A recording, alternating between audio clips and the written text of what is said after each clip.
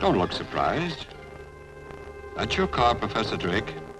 It's been somewhat altered for a purpose.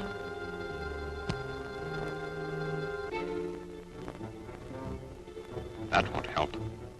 Each door is automatically locked. Relax, Professor. I'll do the driving.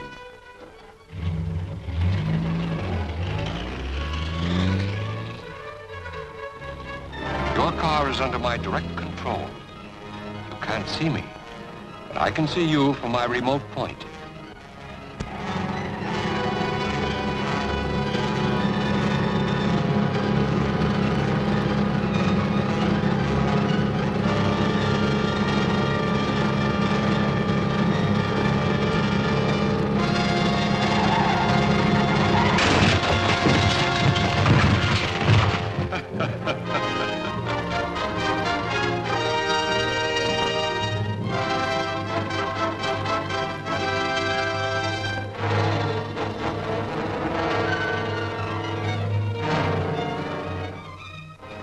Wait, Professor Millard.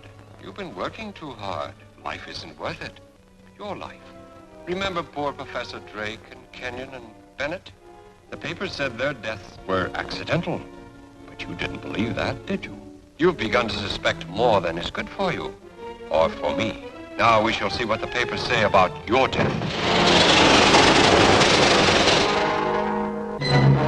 Nothing could be salvaged. Science Associates has had to start again from scratch.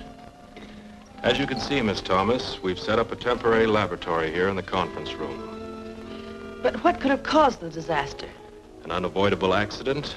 Unfortunately, no trace was found of Professor Millard, who was working in the building on a supersonic experimental test at the time.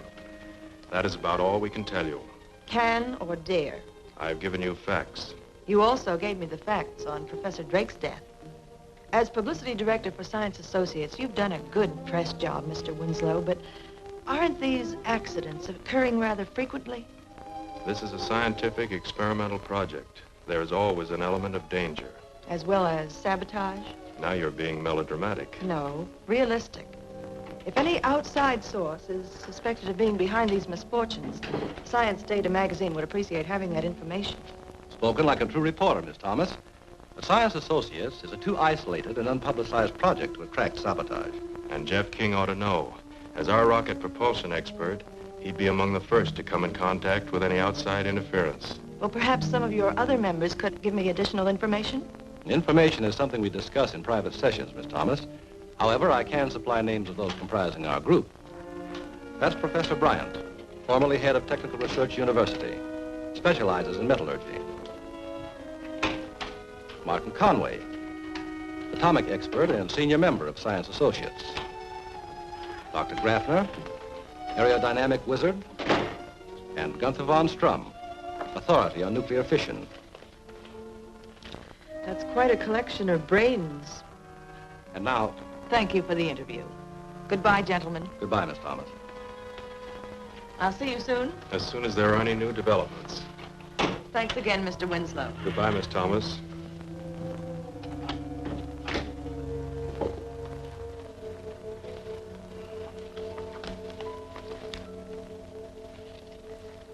The meeting is called to order, gentlemen.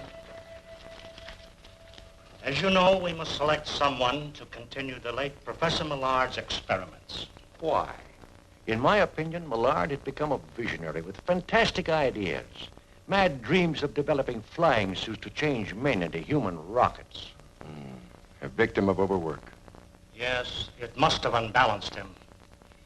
His weird experiments cost him his life, and us our laboratory. No, not so fast, gentlemen. There is a possibility that Professor Millard knew something about Drake's death, but he wasn't satisfied with the theory of accident, and neither am I. I agree. The day before that lab explosion, Professor Millard hinted that he was close to naming someone who calls himself Dr. Vulcan. Millard believed this person was guilty of stealing secrets from Science Associates and was responsible for Drake's death. Are you suggesting that one of us is a murderer? I'm merely repeating Professor Millard's words. You seem to be better informed than the rest of us, Jeff. Suppose you investigate the matter for us. In a special capacity. in order to protect our persons and our interests. Agreed, gentlemen? Yes. The new controlled rocket we'll soon be testing. It's part of our interest. Safeguarding that can be Jeff's first job. All right, gentlemen, I accept. I'll arrange for the secret transportation of the guided missile to the testing grounds. Well, if there's nothing more at the moment, I move that this session adjourn. Second. Meeting adjourned.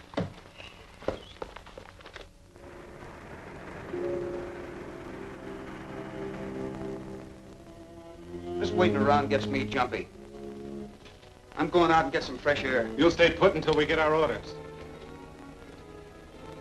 Acting a little scared of somebody we've never seen. Aren't you, Durkin? I'm not scared. I just aim to please. Yeah, aiming to please a voice. A voice behind a door. Over a radio. Or on the telephone. I'd like to see who I'm dealing with. Maybe I have seen him. Right now, the important thing is to grab that pot of gold at the end of this rainbow. Wonder what Dr. Vulcan's angle really is. Those scientists out on the desert are working on newfangled flying missiles, trick jet planes. Certain foreign governments might pay plenty for that kind of stuff. If Dr. Vulcan can get his hands on it. Maybe that's why he's got us working for him.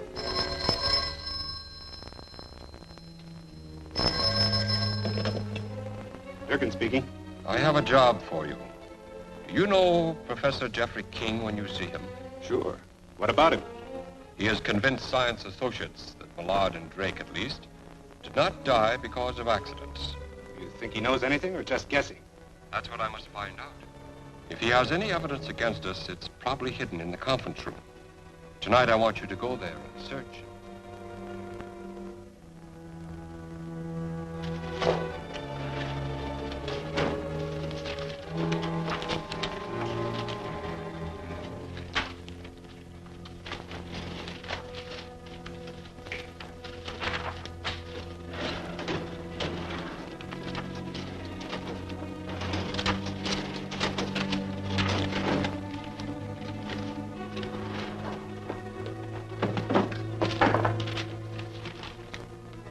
Find anything?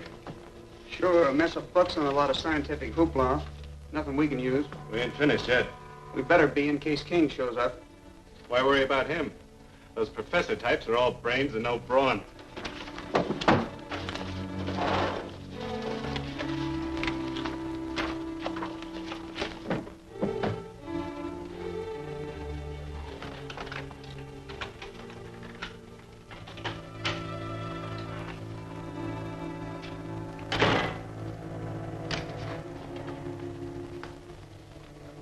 What are you doing here?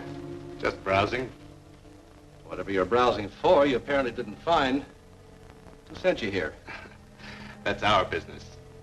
Am I making it my business?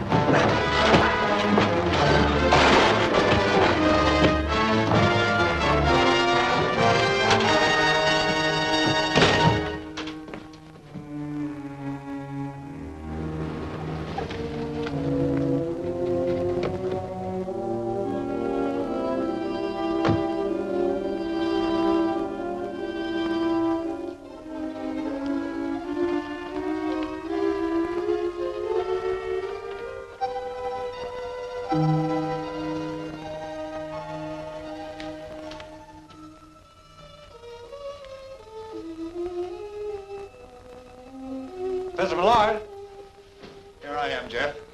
what's the idea? Well, I heard someone coming, and I can't risk being discovered by uninvited guests. Oh, I see. By the way, I found a couple of uninvited guests last night in the conference room. Oh? Who were they? I don't know. But I think they were two of Vulcan's little helpers. From now on, that project will be guarded. So you've been singled out as Vulcan's next victim. Not necessarily. Vulcan may have believed we had some evidence against him and sent the men to look for it. I hope you're right. Jeff, I'm not going to stay here any longer. I'm sure I can unmask Dr. Vulcan if I go back to... Now, wait a minute, Professor. We've been all over that before.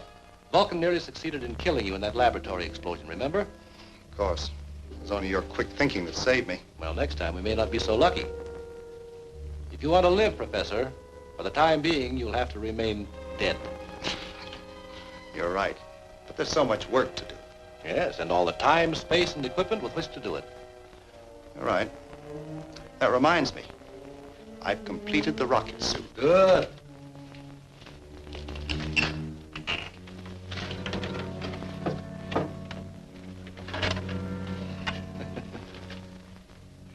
Well, what's so amusing? I was thinking how astonished Professor Graffner will be when he sees this. You know, he was convinced you were insane to try to build an atomic-powered rocket suit. And I guess he thought I was even crazier for helping you. Well, here it is. I hope it works. We'll soon know. I'll take it with me and test it for you. Well, stay close to the ground for the first few flights. There still may be a few adjustments to be made. Right. By the way, the professor's elected me to move the new rocket to the proving grounds for testing. Oh, well, be careful, Jeff. That's the kind of thing that Dr. Vulcan could sell to a foreign nation for a fortune. Yes, if personal gain is the motive behind Vulcan, but we're not sure of that. In any event, I've had the demonstration model loaded aboard an unmarked truck. It's being kept under armed guard in a small warehouse in town. I feel sure Dr. Vulcan has no idea where it is. I hope you're right. I'll let you know about the tests.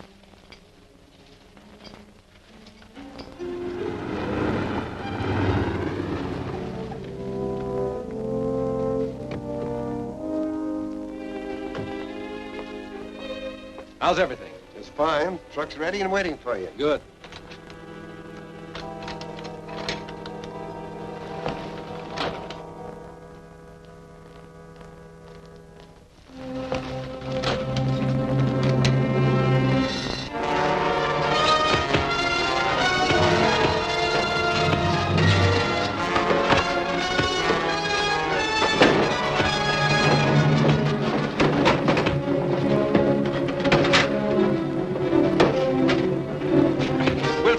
Get that truck.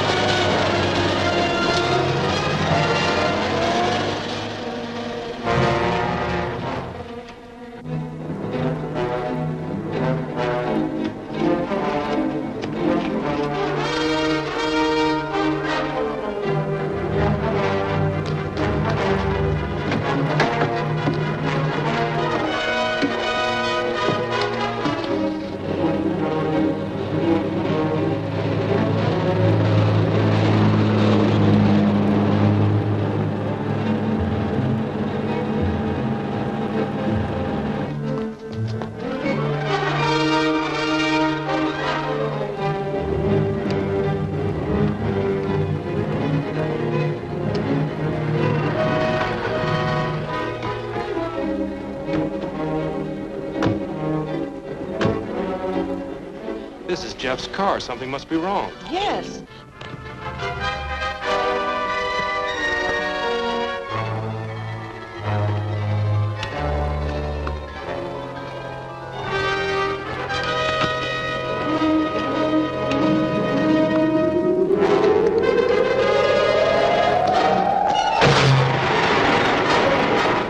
What's that?